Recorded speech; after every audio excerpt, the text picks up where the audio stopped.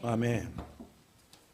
네, 설교 두 편인데 먼저 어린이 주일에 관한 설교를 하도록 하겠습니다. 예수님께서 예루살렘으로 가시는 길에 오늘은 어린이 주일입니다. 모든 어린이들, 자녀들이 주님의 은총과 하나님의 축복이 충만하기를 바랍니다. 하나님께서 우리에게 주신 귀한 선물이 여러 가지 있는데요. 그 중에 가장 귀한 선물은 단연코 자녀들입니다. 자녀들이 얼마나 소중한 존재인지 오늘 성경에서 예수님은 우리에게 말씀하고 있습니다. 자녀들은 당연히 소중한 거 아니야? 그러나 당시에는 그러지 않았습니다. 자녀들이 부모의 아무런 관심이 없게 지내게 되었고 당시에는 피임이 잘 없었기 때문에 아이들을 무조건 많이 낳고 그리고 돌봄이나 케어 그런 것이 없었습니다. 아이들이 귀찮은 존재였고 성가신 존재였고 아이들을 위한 어떤 마음을 좋게 가질 수 없는 그런 때에 예수님께서는 이런 말씀을 하셨던 것입니다. 마가복음 10장 14절에 보면 예수님은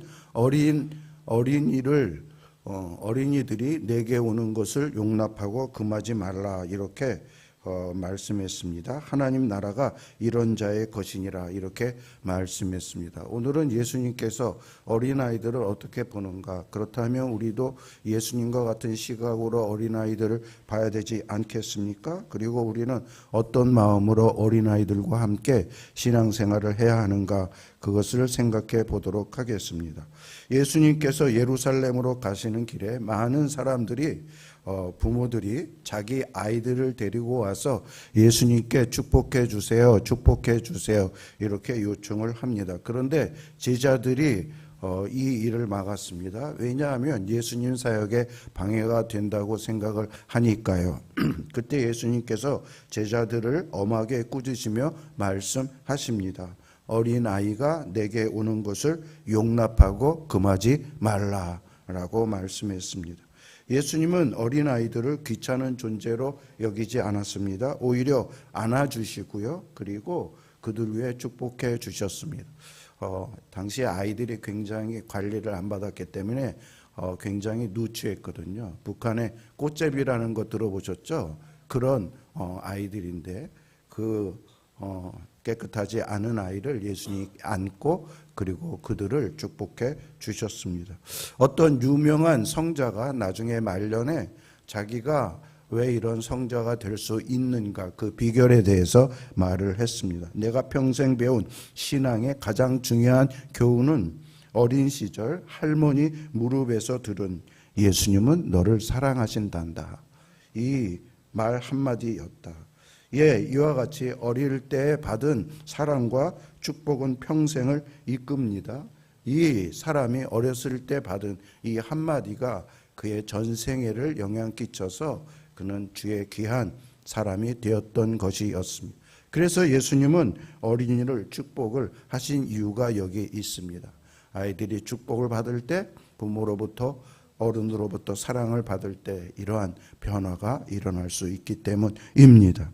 예수님께서는 어린아이들을 축복하실 때 애들의 미래성을 보시고만 한 것이 아닙니다. 오히려 지금 아이들이 가지고 있는 그 특징, 순수하고 겸손하고 믿는 마음을 천국으로 본보기로 삼기 위해서였습니다. 마태복음 18장 3절에 보면 너희가 돌이켜 어린아이들과 같이 되지 아니하면 결단코 절대로 천국에 들어가지 못한다.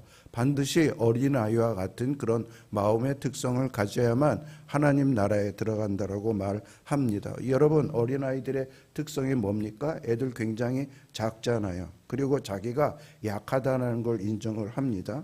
그리고 가장 중요한 부모를 전적으로 의지를 합니다. 부모 의지하지 않으면 자기가 제대로 살 수 없다는 것을 본능적으로 알아서 부모에게 의지를 합니다. 그리고 주어진 것에 감사하고 삐지기도 잘하지만 용서도 잘하고 그리고 사랑도 잘합니다. 아이들의 특징이 이것입니다. 예수님은 바로 이러한 어린 아이들의 마음을 이야기를 하는 것입니다. 하나님께 절대로 의존해라. 그리고 하나님 앞에서 자기가 약한 존재라는 것을 깨닫고 겸손하게 하나님을 모셔라, 이런 말씀을 합니다. 하지만 여러분, 우리는 지금 어떻습니까? 우리는 자라나면서 세상의 이 논리에, 세상의 가치관에 물들어 버렸고 점점 교만해지고 의심하고 매사에 계산을 해요. 애들은 계산하지 않잖아요. 그런데 우리는 점점점 계산해 갖고 심지어 하나님을 상대로 해서 계산을 해서 하나님께 요만큼 주고 많은 것을 받으려고 하는 계산적 사람이 되었습니다. 이 말은 다시 말씀드리면 어린아이와 같은 마음이 아니기 때문에 결단코 하나님 나라에 들어가지 못한다. 예수님께서 이런 말씀을 하시는 것입니다. 또 예수님은 이렇게 말씀했습니다. 마가복음 9장 37절에 보면 누구든지 내 이름으로 어린아이 하나를 영접하면 곧 나를 영접함이라, 이렇게 했습니다. 어린아이를 사랑하는 것은 단지 착한 행동을 하는 것이 아닙니다. 그것은 신앙인 것입니다. 신앙행인 것입니다. 예수님을 맞이하는 것입니다. 왜? 하나님께서는 지금 뭐라고 말씀했습니까? 어린아이를 통해서 믿음의 신비를 가르쳐주고 어린아이를 통해서 하나님 나라가 무엇인지, 그리고 천국의 게이트가 된다는 거예요. 어린아이를 통해서 하나님 나라에 들어갈 수 있다 하면서 우리는 어린아이에 대한 세상적 시각보다 지금 예수님이 말씀하고 있는 그런 시각으로 아이들을 바라봐야 돼.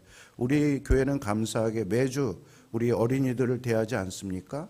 그러면서 어린아이의 특성을 우리가 공동체가 다 같이 예배를 드리면서 그것을 볼 때마다 나의 어린 시절을 돌아보고, 그리고 내가 어린아이와 같이 주님을 전적으로 의지하고 순전한 마음으로 예배를 드리는가, 우리는 그것을 생각해야 하겠습니다.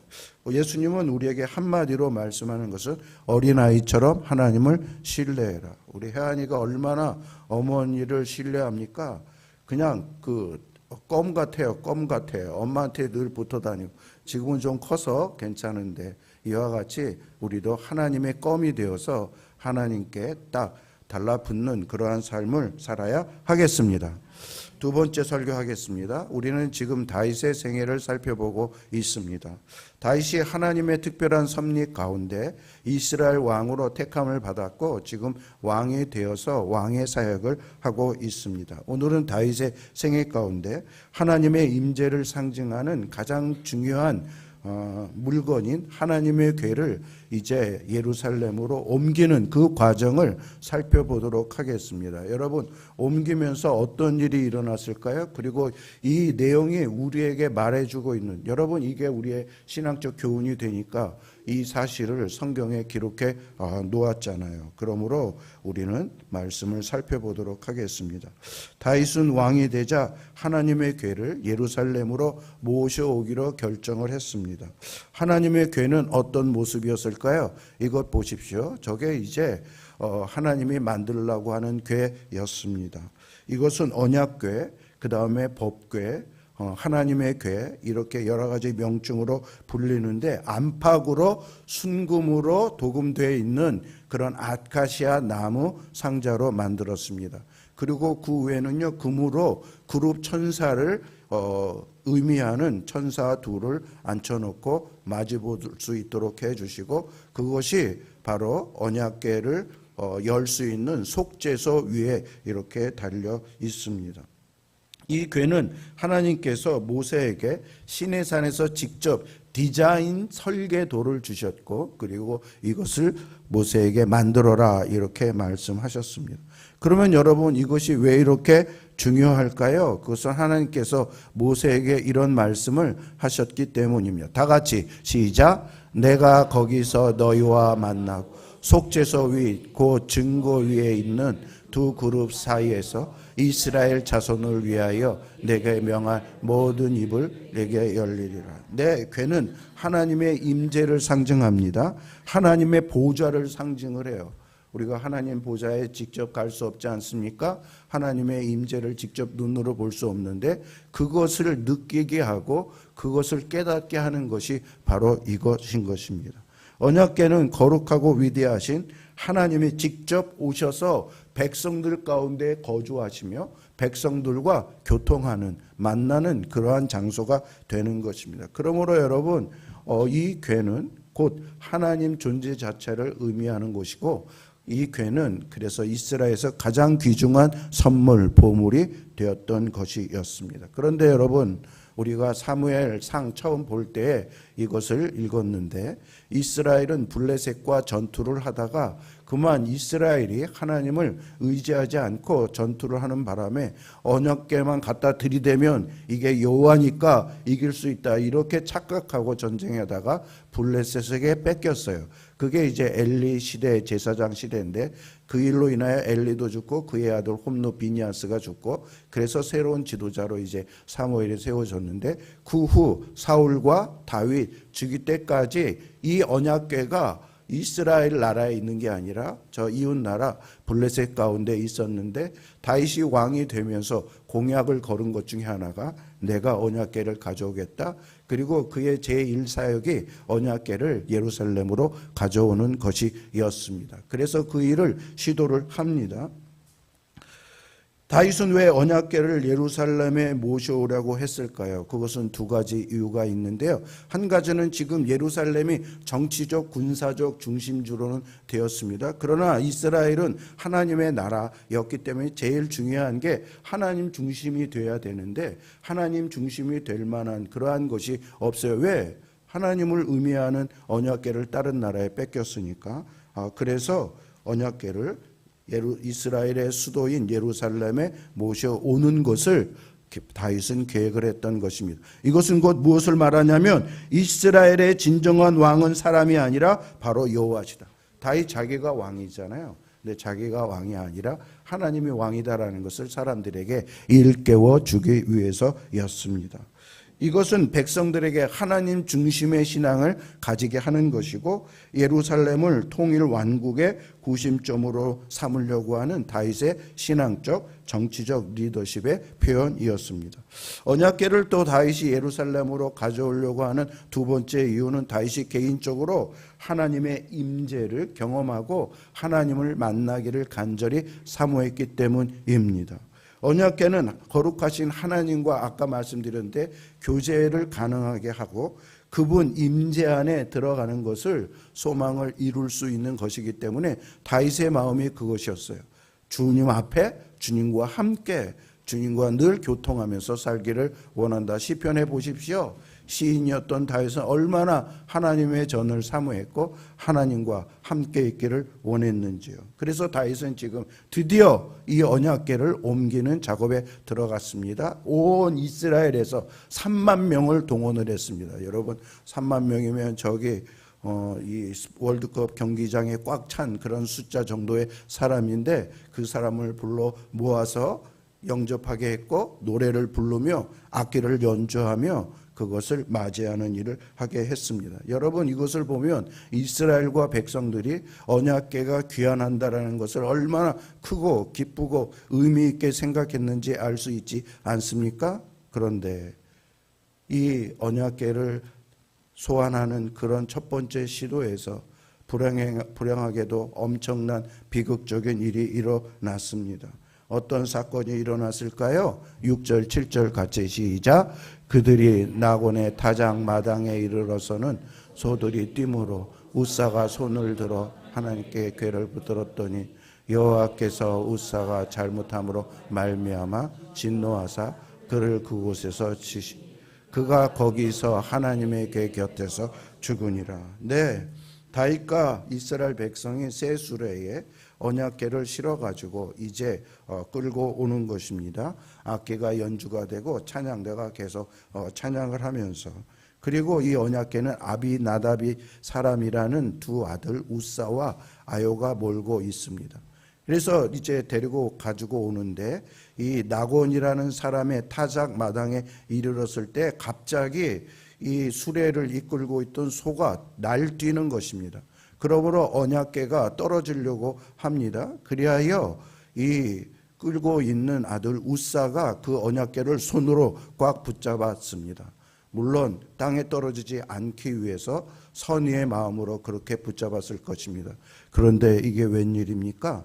그 언약궤를 붙잡았던 우사가 그대로 그 자리에서 하나님의 심판을 받아 죽고 말았던 것이었습니다. 여러분, 이 사건은 그 자리에 있었던 많은 백성들과 다윗이 순간 얼음이 되었습니다. 그동안 노래를 부르며 환호를 지르며 찬양을 하며 그렇게 했던 사람들이 너무나 충격적인 현상을 보았기 때문입니다. 순식간에 환호와 웃음은 사라지고 여기저기서 흐느끼는 울음소리가 들리게 되는 것입니다. 여러분, 좀 이해가 안 되지 않습니까? 이 장면. 성경은 이해되지 않는 장면들이 수없이 많습니다. 왜? 하나님의 생각과 우리의 생각이 다르기 때문에. 그런데 이런 일이 일어난 표면적인 이유는 뭐냐면 레위기에 이 언약궤를 옮길 때에 옮기는 그 방법에 대해서 하나님께서 매뉴얼을 주셨습니다. 그러므로 그 매뉴얼대로 해야 되는데 레위인이 해야 되고 어깨에 매야 되고 이렇게 해야 되는데 그대로 하지 않았던 것이었습니다. 그래서 그것에 대한 심판. 그래도 하나님 그거 너무한 거 아니에요? 그 정도 실수를 했다고 그러면 우리 모두 다 죽게요? 우리는 맨날 실수하고 사는데. 그러나 여기에 본질적인 이야기를 지금 이 기록자가 말하려고 하는 것입니다. 그것은 뭐냐면요, 다윗이 뭐를 깨닫냐면 하나님은 우리가 생각한 것보다 훨씬 더 절대적으로 거룩하신 거예요. 그리고 사람은 우리가 인간이 생각하는 것보다 훨씬 더 타락하고 부패한 거예요. 그래서 절대적으로 거룩하고 완벽하게 거룩하고, 그건 뭐냐면 오염이나 죄나 그것이 조금이라도 있으면 공존할 수가 없다라는 이야기인데요. 그러므로 완벽하시고 절대적인 하나님과 완전히 타락하고 부패한 인간이 접촉하면 일어나는 일은 죽음밖에 없다. 이것을 성경에서 말씀해 주고 있는 것입니다. 여러분, 우사는 흙바닥이 더럽다고 생각을 해서 자기 손으로 이 언약궤를 딱 붙잡았는데, 그러나 성경에서 흙이 하나님께 배반한 적은 없다. 그러나 사람의 마음과 생각은 하나님을 배반하고 그것은 가장 더러운 것이다. 성경에서 이렇게 말씀하고 있습니다. 여러분, 이것은 내 말이 아닙니다. 누가 말했냐면 만물보다 거짓되고 심히 부패한 것은 사람의 마음이라. 예레미야서에 보면 하나님께서 저렇게 말씀해서, 여러분 세상에 부패한 것 많잖아요. 더러운 것 많잖아요. 썩은 것 많잖아요. 그러나 그 중에 제일 썩고 더럽고 추하고, 여러분 썩은 것 절정일 때 얼마나 그게 냄새가 지독하고 더럽습니까? 그런데 그 중에 가장 썩고 부패한 게 사람의 마음이라는 것입니다. 여러분, 그래서 성경은요, 기본적인 교리 중에 하나가 뭐냐면 인간의 전적 부패, 인간의 전적 타락이에요. 완전 썩었어요. 완전 부패했어요. 그런 존재라. 하나님은 절대로 깨끗하고 100% 완전히 퍼펙트 순결하고 그렇게 해요. 우리는 너무 더러워요. 어떻게 이 양자 간의 접촉과 만남이 있을 수 있겠습니까? 지금 다윗에게 그것을 가르쳐 주기 위해서인 것입니다. 여러분, 그러므로 이거 뭡니까? 인간의 노력이나 인간의 열심이나 어떤 인간의 방법론으로 하나님께 나아갈 수 있는 방법은 없다라는 거예요. 우리는 어떤 노력으로도 사람의 노력, 인간의 죄의 문제를 해결. 왜 다 죽었어요? 썩었다는 거 죽은 거잖아요. 죽은 거잖아요. 내가 옛날에 죽어서 얼마 안 되는데 군인 부대 안에서 이 묘지가 있어서 이장을 해야 되는데 그것을 열었더니요, 그 사람 이 시체 벌레가 바퀴벌레처럼 시체에 그냥 꽉 다 있는 거예요. 사람 하면은 얼마나 끔찍하고 무서웠는지 그게 아직도 잊혀지질 않습니다. 그게 인간인 거예요. 우리의 실존인 거예요. 그래서 다윗은 이 일로 인해서 큰 충격과 두려움에 빠졌습니다. 사무엘서 6장 9절에 보면 뭐라고 나왔냐면 다윗이 여호와를 두려워하이로되 여호와의 궤가 어찌 내게로 오리이까. 이렇다면 여호와의 궤가 나에게 어떻게 올 수 있어요? 나는 이것이 오기를 간절히 바라는데 어떻게요? 이렇게 이제 말을 하는 것입니다. 우사가 죽자 다윗은 언약궤를 예루살렘으로 옮기는 과정을 중단할 수밖에 없었습니다. 왜? 또 어떤 불상사가 일어날지 모르니까요. 그래가지고 그 언약궤를 그 길 도중에 있는 블레셋 사람, 가드 사람, 오벳 오돔 집에 있게 만들었던 것이었습니다. 여러분, 지금 이 비극적인 일을 일으킨 언약궤를 그 집에 갖다 놓는 것은 그 집에 좋은 일입니까? 잘못했다가는 위험한 일이 될 수 있습니다. 왜냐하면 그걸 건드렸다가는 그 사람도 죽을 수 있기 때문에. 근데 이게 어찌 된 일입니까? 얼마 있는데 오벳오돔의 여호와께서 그 집에 복을 주신 것입니다.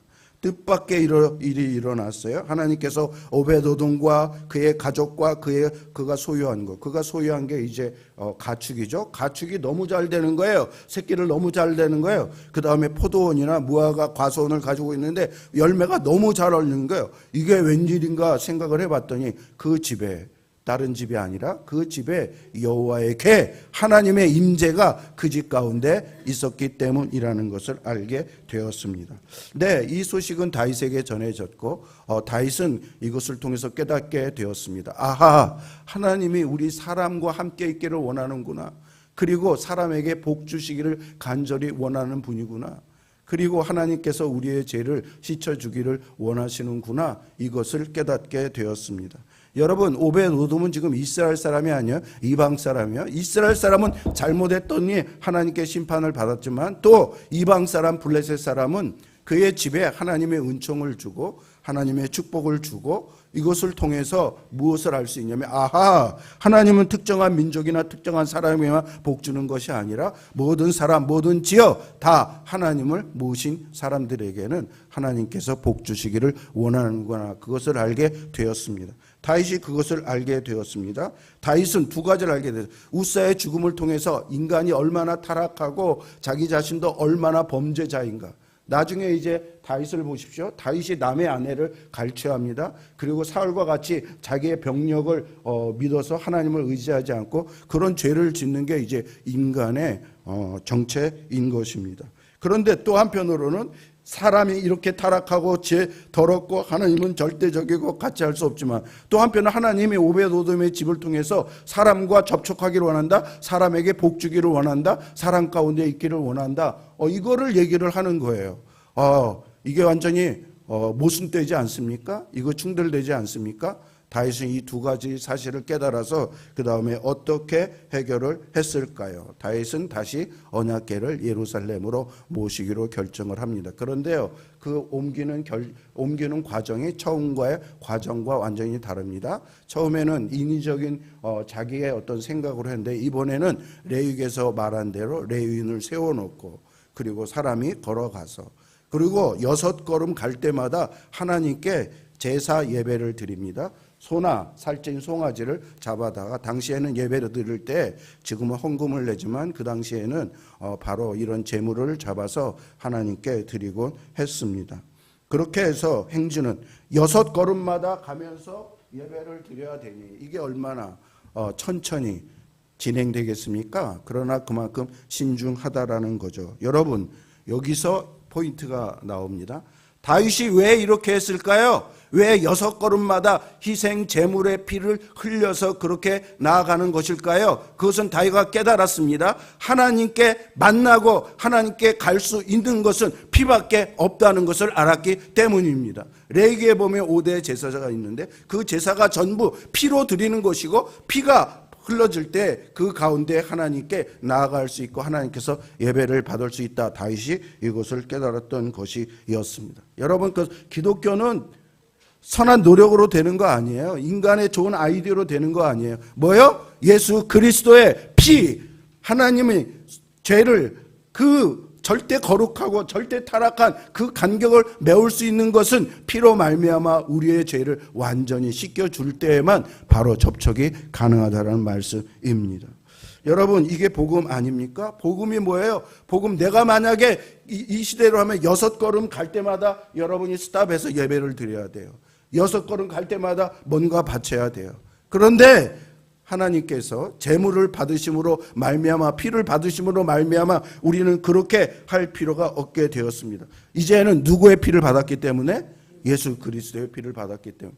옛날에는 동물의 피를 바쳤으니까 이거는 잠시 덮는 거예요. 피를 피하면요, 피는 어떤 페인트보다 강력합니다. 그래서 덮으면 덮어져요. 안 보여요. 그러나 여러분, 그거 시간이 지나면 다시 드러나게 되고 그것으로 완전히 할 수 없습니다. 그런데 오직 예수 그리스도의 피는 왜? 예수 피는 단번에 원타임에 끝난다라는 거예요. 그 다음에 영원히 적용이 된다라는 거예요. 왜? 그분은 누구시기 때문에? 짐승이 아니라 하나님의 아들이시기 때문에.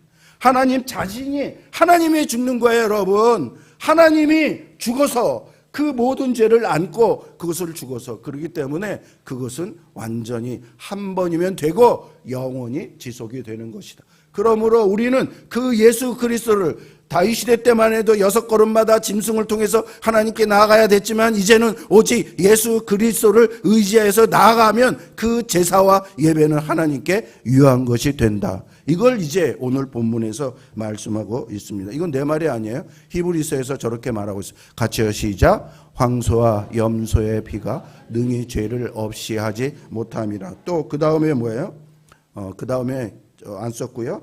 히브리서 10장 19절 20절에 보면 예수의 피를 힘입어 성소에 들어갈 담력을 얻었느니라. 그래서 진짜 짐승의 피로 들어가는 게 아니에요. 하나님 존존 앞에, 하나님 앞에 들어갈 수 있는 것은 예수 그리스도를 믿을 때, 예수 그리스도를 믿는다는 거 뭐예요? 십자가에서 나의 죄를 위해서 죽으셨다라는 거. 나의 죄를 위해서 왜 죽으세요? 예수님께서 나의 죄를 다 가지고 왔다니까요. 과거의 죄, 현재의 죄, 미래의 죄까지 다 가지고 와서 그것을 대신 짊어지고 주셨기 때문에 우리는 예수 안에 있을 때, 예수 바깥에 있을 때 그대로 나의 모습이 그대로죠. 그러나 예수 안에 있을 때는 예수님을 통해서 나를 보기 때문에 내가 죄가 없어져서 아까 얘기한 것처럼 절대 거룩하고 절대 부패된 이 두 존재가 만날 수 없지만 이제는 하나님의 절대 거룩하고 예수님의 완전한 이 희생 제사로 순결해진 그것에 우리는 그 예수님 속에 있으니까 만날 수 있어요, 없어요?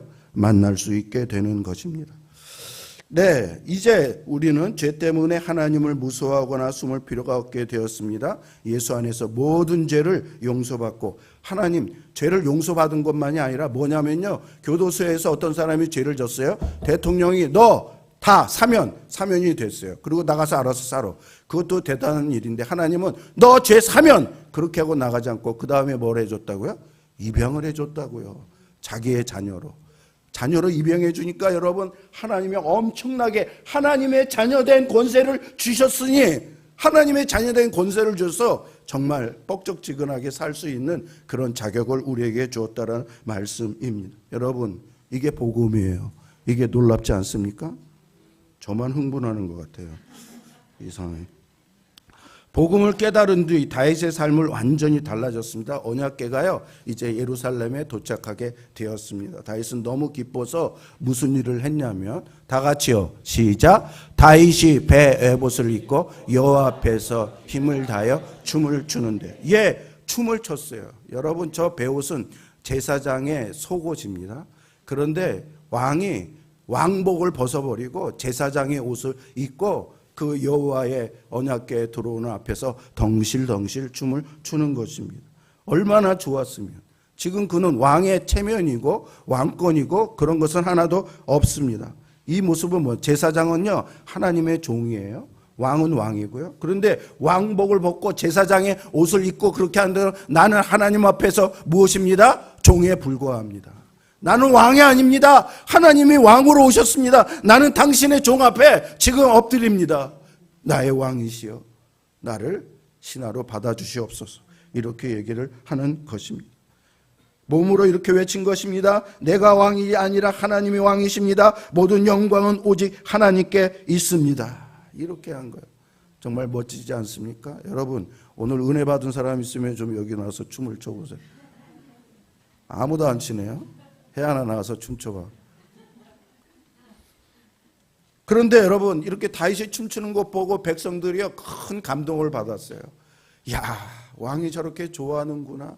왕의 체면, 그런 채통, 이런 것은 다 내버리고 하나님 앞에, 그래서 백성들도 같이 덩실덩실 춤을 추면서 하나가 되는, 그래서 백성들의 마음을 완전히 사는, 정치적으로 보도 저 훌륭한 리더십을 다윗이 보여준 것 아닙니까? 그런데요, 여기서 또 반전 하나가 나타납니다. 그 반전은 뭐냐면, 사울의 딸 미갈, 이게 이제 다윗의 아내인데요. 사실은 미갈과 다윗은 정치적으로 결혼을 한 것입니다. 미갈은 사울의 딸이어서 베냐민 지파의 어떤 것, 그 다음에 다윗은 유다 지파의, 그래서 되게 부득이하게 당시의 왕들이나 높은 고위층들은 그러지 않습니까? 그런데 미갈이 뭐라고 이야기를 했냐면 20절에요. 같이 시작. 이스라엘 왕이 오늘 어떻게 영화로우신지 방탕한 자가 염치 없이 자기 몸을 드러내는 것처럼 오늘 그의 신하의 계집종의 눈앞에서 몸을 드러내셨다 하니, 미갈은 왕이라면 채통을 지켜야죠. 위엄을 보여줘야죠. 지금 신하들의 여종들이 있는데 그 여종들 앞에서 그렇게 부끄럽게 옷을 던져버리고 춤을 춥니까? 원래 사울이 채통을 중요시 여겼거든요. 그리고 왕 권위를 중요시 여겼는데 지금 딸이 부전 모전 똑같이 그렇게 지금 말하고 있는 것입니다. 하나님 임재 앞에서 지금 터져나와서 그 감격과 기쁨과 즐거움 이것을 감당하지 못해서 춤을 추고 있는 자기의 남편 다윗에게 이렇게 조롱하는 거예요. 여러분, 그래서 성경에서 이 기자는 이 여자를 다윗의 아내라고 말하지 않습니다. 다윗의 아내인데도 귀한 다윗의 아내의 자격이 없는 자다, 이렇게 해서 그냥 사울의 딸, 사울은 여기서 정말 적폐 아닙니까? 그런 딸로만 얘기를 합니다. 그럴 때 미갈에 대해서 다윗이 대답을 하는데 이렇게 대답을 합니다. 같이요. 시작. 다윗이 미갈에게 이르되 이는 여호와 앞에서 한 것이라. 그가 내 아버지의 그의 온 집을 버리시고 나를 택하사 나를 그의 백성 이스라엘의 주권자로 삼으셨은즉 내가 여호와 앞에서 뛰놀리라. 내가 이보다 더 낮아져서 스스로 천하게 보일지라도 내가 말한 바 계집 쪽에는 높임을 받으리라 한지라. 내가 춤춘 것 사람들에게 보이기 위한 거야. 여정이고 신하고 사람들이고 나는 하나님 앞에서 한 거야. 이거 예배라는 거예요, 여러분. 찬양으로 예배하는 것처럼 당시에 춤으로도 노래하고 그렇게 하는 거죠. 나는 지금 하나님이 너무 감사하고 좋아서 예배한 거야. 채통, 사람들의 시선, 그거 중요하지 않아. 나는 하나님께 내 전심을 다해서 예배를 한 거야. 이렇게 얘기를 해요. 여러분, 예배의 자세가 이래야 돼요. 남이 시선을 의식해서 내가 장로네, 목사네 이렇게 해서 폼 잡고 그럴듯하게 좋은 옷 입고 그거 아니라 저도 이거 벗어버리고 해요. 그러고 싶어요. 네, 지금 다윗은 미갈은 체면과 명예를 중요시 여겼지만 다윗은 하나님의 임재를 기뻐했고 하나님 앞에서 자기를 낮추고 있는 거예요. 아까 어린이 설교 들을 때 뭡니까? 어린이는 하나님 앞에서 자기가 약하고 겸손한 존재고 무조건 부모를 받아들인 것처럼 우리도 하나님 앞에 베이비잖아요. 베이비 중에 베이비. 여기서 애기라는 것은 사실 베이비라는 얘기예요. 히브리에 보면은 헬라에 보면은 차일드가 있고 키즈가 있고 베이비가 있는데 베이비는 완전히 부모에게 절대로 의존을 하잖아요. 그런데 성경의 맨 마지막에 뭐라고 말을 하냐면 미갈이 죽는 날까지 자식이 없었다. 여러분, 이건 뭐냐면 하나님의 축복이 끊어졌다라는 거예요. 그냥 자식이 단순히 없는 게 하나님의 임재를 무시하고 하나님의 어떤 채통과 체면 때문에 하나님 앞에 예배를 무시하는 그 황량한 마음, 영적으로 메마른 마음, 그런 사람의 삶의 결과가 뭐다라는 걸 보여준다라는 거예요. 미갈은 평생, 그래서 나중에 이혼당해서 다른 사람에게 아버지가 보내버려가지고 아버지가 이혼시켜요. 그래서 아버지가 보내버려갖고 다른 사람이랑 이제 살았다, 그런 얘기가 있는데 아마 거기 가서도 자식을 낳지 못했을 것입니다. 여러분, 이제 오늘 우리는 다윗과 언약 이야기를 통해 진정한 삶의 언약궤는 예수 그리스도를 알게 되었습니다. 구약시대의 언약궤가 임재를 상징한다면 신약에서는 누가 언약궤라고요? 예수 그리스도가. 그래서 뭐라고 말했냐면 요한복음 1장 14절에 말씀이 육신이 되어 우리 가운데가, 말씀은 하나님이거든요. 하나님이 인간의 육신을 입었어요. 그리고 그 육신이 인간 가운데 왔어요. 완전히 뭐예요? 언약궤인 거예요. 그러면서 성육신 하신 하나님 자신입니다. 그분은 이렇게 우리 가운데 오셔서 하나님과의 맡긴 담을, 여러분 하나님으로 오셨는데 사람의 몸을 입고, 그래서 예수님은요 완전한 하나님이자 완전한 사람인 거예요. 그래서 하나님과도 손잡을 수 있고 사람과도 손잡을 수 있고 이렇게 하니까 이렇게 건너가서 사람과 하나님과 만날 수 있는 중보자, 중개자, 그렇게 역할을 하나님이 하신다라는 말씀입니다. 여러분, 인간은 다시 이제 말씀을 마무리합니다. 6걸음마다 제사를 드려야 했던 것처럼 정말 인간은 어떤 방법으로도 6걸음마다 제사 예배 드리라면 우리가 살 수 있습니까? 근데 하나님은 이것을 우리에게 해결해 주시기 위하여 아까 말씀한 것처럼 단번에 희생, 영원한 희생을 통해서 우리가 마음껏 하나님께 나아가고 하나님을 만날 수 있게 해 주셨습니다. 그것을 위해서 예수님이 십자가에서 죽으시고 부활하셨습니다. 예수님이 십자가에 죽으실 때 어떤 일이 일어났습니까? 성전의 휘장이, 그 성전 안에 언약궤가 있는 거예요. 언약궤는 옛날 대세에서 1년에 한 번만 만나. 그게 위로부터 아래까지 쫙 찢어져서 누구든지 하나님 존전에 지성소에 마음대로 들어갈 수 있어요. 그래서 만인 제사장이 되는 거예요. 우리가 다 하나님 앞에 마음대로 나가서 예배를 드릴 수 있는 거예요. 그래서 하나님은 우리 각자에게 이런 말씀을 합니다. 나는 거룩하다. 그러나 내가 친히 준비한 피의 길, 바로 나의 아들 예수 그리스도를 통해 나오면 나는 너와 함께 할 수 있다. 그리고 너에게 복 주기를 원한다. 하나님 궁극적인 뭐예요? 복 주기를 원한다. 우리 복 받아야 이렇게 하잖아요. 복을 받아야죠. 여러분 사람의 힘으로 여러분 요즘 정치권 보십시오. 얼마나 정말 추하고 정말 안타깝고 그렇습니까? 하나님과 함께하는 사람이 가장 고귀하고 가치 있는 삶이 됩니다. 이 놀라운 은혜, 어메이징 그레이스, 이 놀라운 은혜를 붙잡으십시오. 예수님만이 하나님을 만나고 예수 안에 있을 때에만 하나님의 복이 우리에게 임한다라는 것을 깨닫고 오늘도 마음속으로 춤추고 하나님 앞에 나의 모든 체면과 모든 그런 권위는 내려놓고 하나님을 즐거워하고 하나님께 춤출 수 있는 우리 모두가 되기를 주의 이름으로 축원합니다. 자, 교훈과 적용 간단하게 썼습니다. 오늘은